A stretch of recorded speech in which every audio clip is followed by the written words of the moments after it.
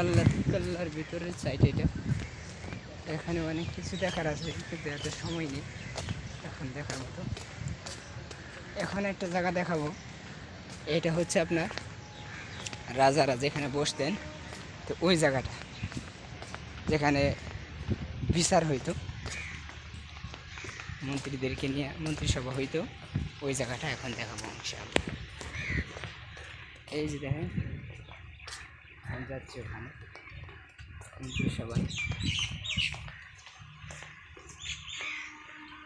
মন্ত্রিসভায় যাচ্ছে এখন, মন্ত্রিসভা সিস্টেম অনেক পেয়েছে।